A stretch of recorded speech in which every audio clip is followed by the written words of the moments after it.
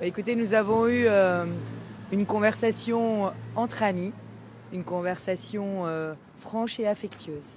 Et c'était très utile pour moi d'avoir les conseils d'un ancien président de la République. Et c'était aussi, j'allais dire, un moment en famille. Est-ce qu'il va vous soutenir? Écoutez, je suis très heureuse de cet entretien. Je ne vous en dirai pas plus.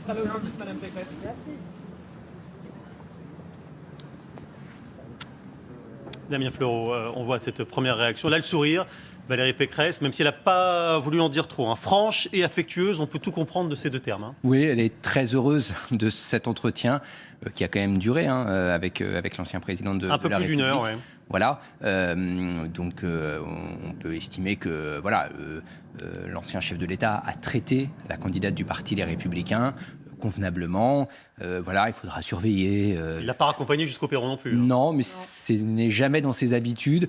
Et parfois, il y a une photo ensuite qui vient sur les réseaux sociaux pour prise à l'intérieur. Pour mettre une image. Je doute là que Valérie Pécresse et Nicolas Sarkozy soient pliés à cet exercice. Il l'a fait à reculons quand même, c'est un peu ça qu'on retient, non? Oui, il l'a fait à reculons, mais il le fait dans une séquence qui est un peu particulière parce que à la fois traiter, entre guillemets, recevoir Valérie Pécresse à un moment crucial de sa campagne, c'est important puisqu'elle fait ce meeting à Paris au Zénith devant a priori plus de 6 ou 7 000 personnes. Donc c'est un moment fort de sa campagne.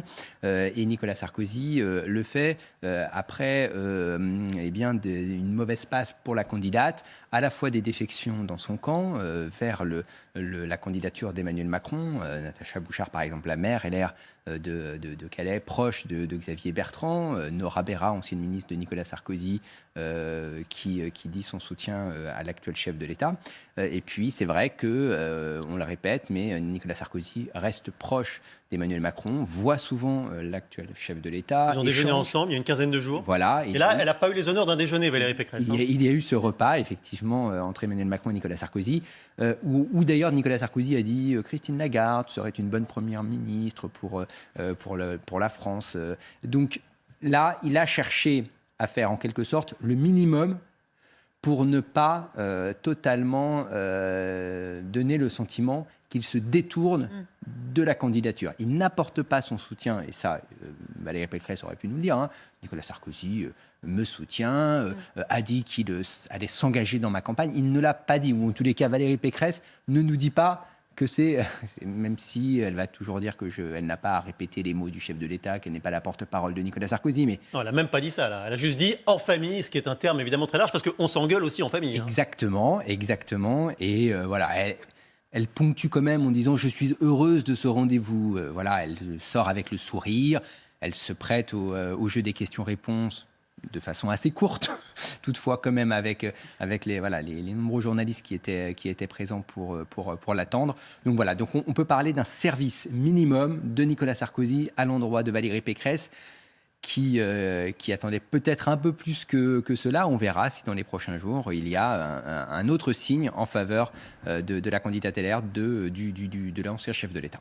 Allons voir Noé Gandillot qui se trouve devant les portes du bureau de Nicolas Sarkozy à Paris. Alors elle est sortie, on l'a dit, avec le sourire, Valérie Pécresse. Elle l'attendait, ce rendez-vous avec Nicolas Sarkozy. Est-ce qu'il a filtré des choses ?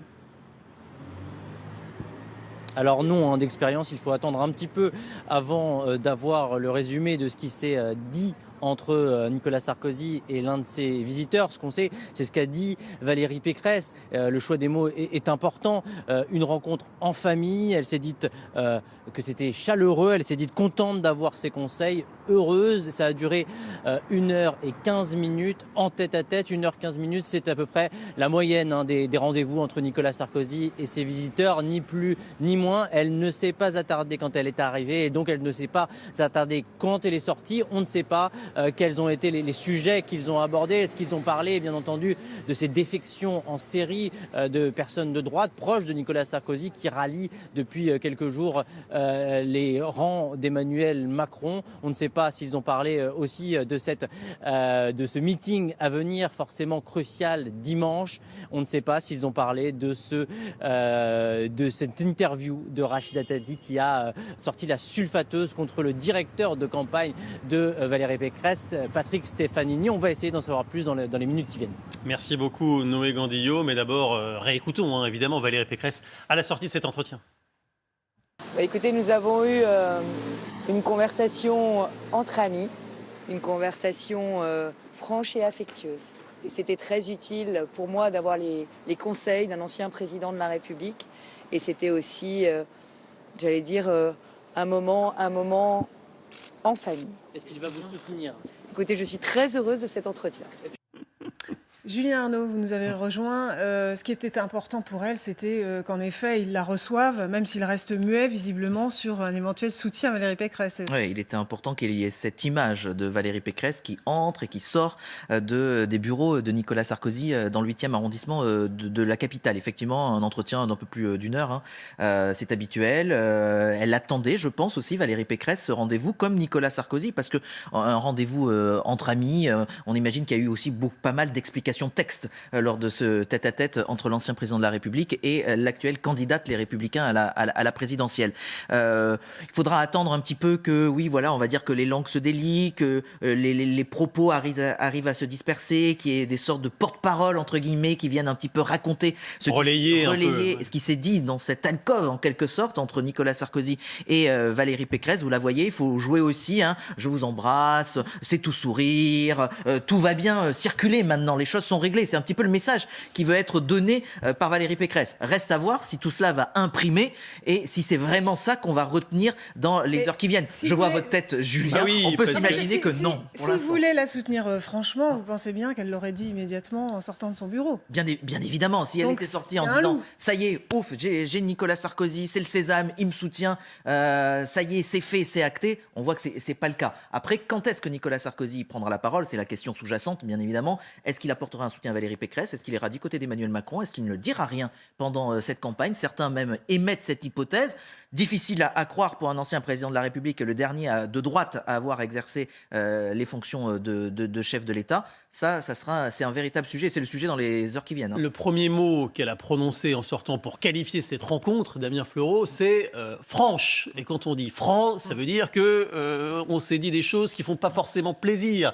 Donc elle n'a pas dit tout ça est derrière nous, etc. Pas du tout. On a l'impression que les contentieux, ils sont quand même encore un peu sur la table. Oui. Alors c'est vrai que Nicolas Sarkozy, dit-on, n'a pas du tout apprécié la déclaration de Valérie Pécresse sur le Karcher. On va ressortir le Karcher pour, entre guillemets, nettoyer certains quartiers Il a dit c'est une du connerie. territoire. Voilà.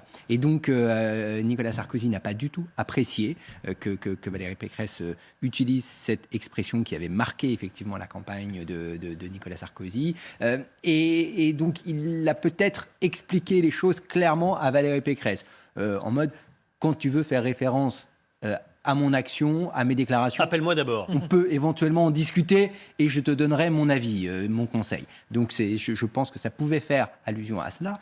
Ensuite, franche, parce que sans doute, et c'est le tempérament de Nicolas Sarkozy, il lui a sans doute donné quelques conseils sur la façon de faire campagne, d'imprimer des idées, de ne pas partir sur tous les sujets pour que les débats, dans ce moment-là, on est très près de l'échéance finalement. Il reste une soixantaine de jours avant l'élection, que les débats tournent autour des propositions et du projet de la candidate LR. Et juste, Julien Arnaud, ils n'ont jamais été proches de toute façon, Valérie Pécresse, Nicolas Sarkozy. Ils ne sont pas des amis de longue date. Non, et certes, Valérie Pécresse, ministre de Nicolas Sarkozy, mais c'est une chiracienne, j'allais dire pure et dure. Valérie Pécresse, elle ne s'en cache pas, elle le revendique. C'est d'ailleurs ce qui agace Nicolas Sarkozy, car au final, à travers les confidences du Figaro ces derniers jours, des paroles, propos rapportés par Nicolas Sarkozy, on entend quoi ?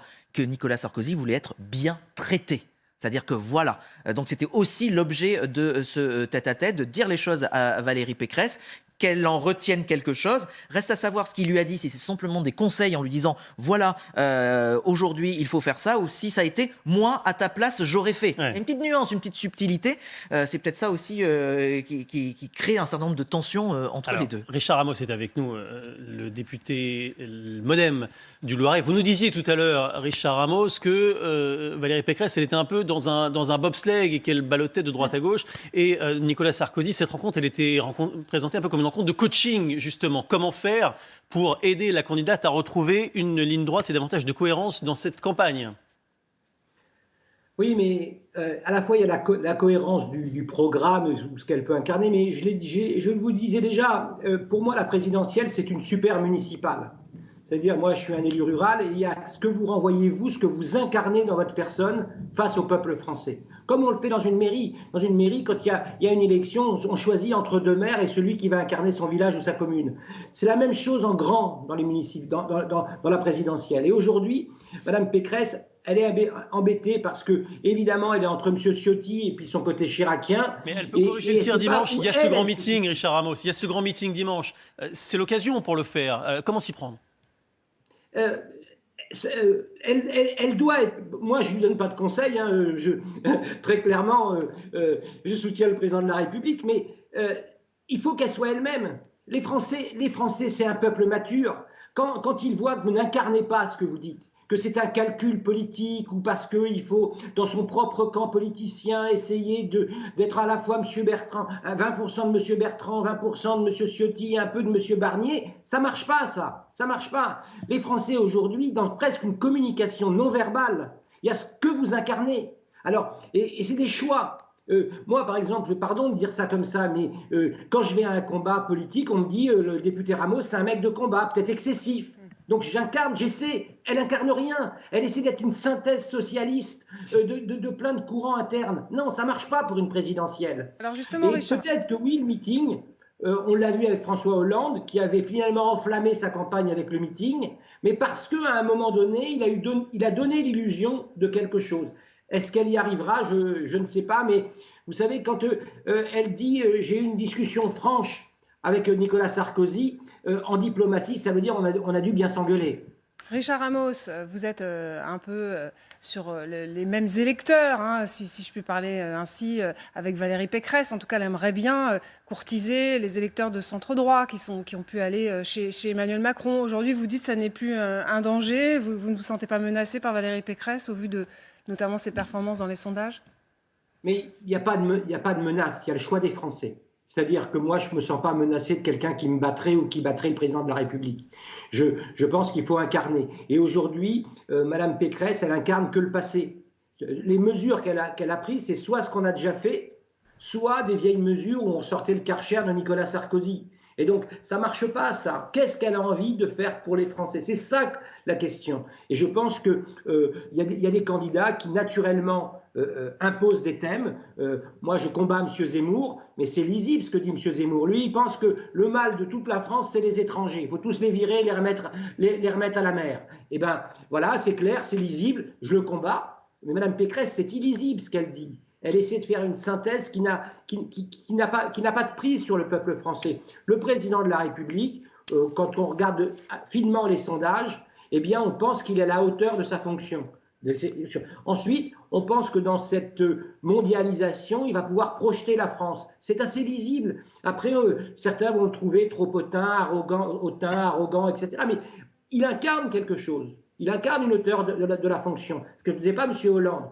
Madame Pécresse, aujourd'hui, elle n'incarne rien, à part une espèce de petite synthèse où, quand elle parle, elle a peur que M. Ciotti lui dise qu'elle n'est pas assez à droite, un peu comme M. Jadot avec Mme Rousseau. Tant que ces candidats-là ne seront pas eux-mêmes et incarneront pas une vraie pensée incarnée, ils ne peuvent pas, meeting ou pas meeting, je pense qu'ils ne peuvent pas émerger dans cette campagne présidentielle. Elle a su faire, en tout cas à la sortie, la synthèse de cet entretien avec deux termes assez clairs et tous les deux plein de sous-entendus. On écoute Valérie Pécresse à la sortie donc, de cet entretien d'1h15 avec l'ancien président Nicolas Sarkozy. Écoutez, nous avons eu une conversation entre amis, une conversation franche et affectueuse. Et c'était très utile pour moi d'avoir les conseils d'un ancien président de la République.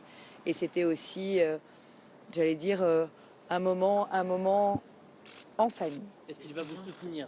Écoutez, je suis très heureuse de cet entretien.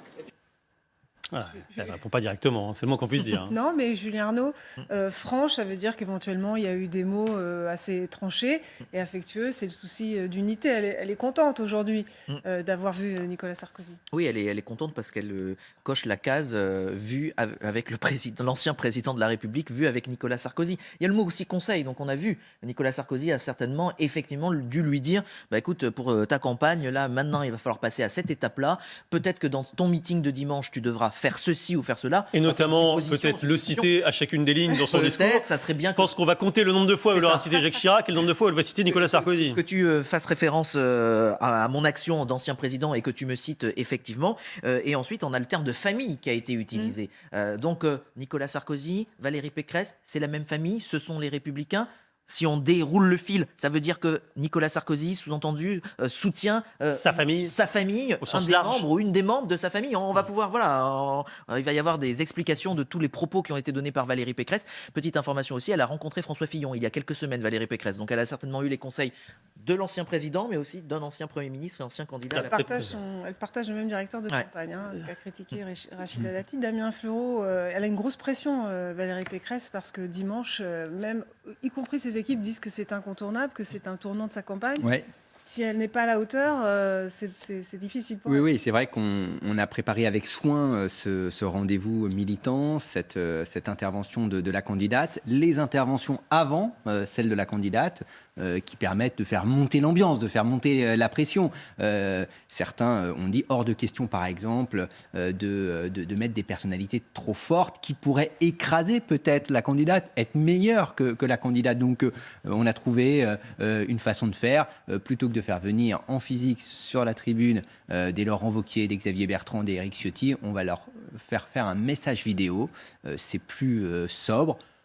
Ça fait moins lever les foules a priori, mais ça permet de laisser toute la lumière sur la candidate. C'est le moment de Valérie Pécresse, c'est le moment où elle doit imprimer une ou deux idées fortes de sa campagne, c'est le moment où elle doit se livrer. On avait vu Marine Le Pen faire un peu ce chemin la semaine dernière à Reims. On verra de quelle façon elle le fait. Elle a quitté le pupitre pour aller devant. On peut imaginer, Julien Arnaud, que ce qu'elle a demandé au président en urgence, c'est de lui dire « dis à tes proches d'arrêter de me taper dessus ». Or, à peu près au même moment, on a Éric Woerth qui a publié un tweet pour expliquer pourquoi il quittait les Républicains et pourquoi, en tout cas, il ne soutenait pas Valérie Pécresse. On peut penser que la dynamique négative peut se poursuivre. Le voilà, ce tweet, comme par hasard, aujourd'hui. Ouais. Tweet effectivement d'Éric Woerth, Natacha Bouchard, la maire de Calais, qui dit « moi je préfère Emmanuel Macron ». Rien de personnel contre Valérie Pécresse, mais c'est celui qui est en capacité de gagner. Quel message pour envoyer à la candidate LR. C'est aussi Nora Berra, une ancienne ministre. Ce sont des Natacha Bouchard, Nora Berra, c'est des sarkozystes, très proches de l'ancien président, qui a été averti d'ailleurs de leur ralliement en quelque sorte à Emmanuel Macron,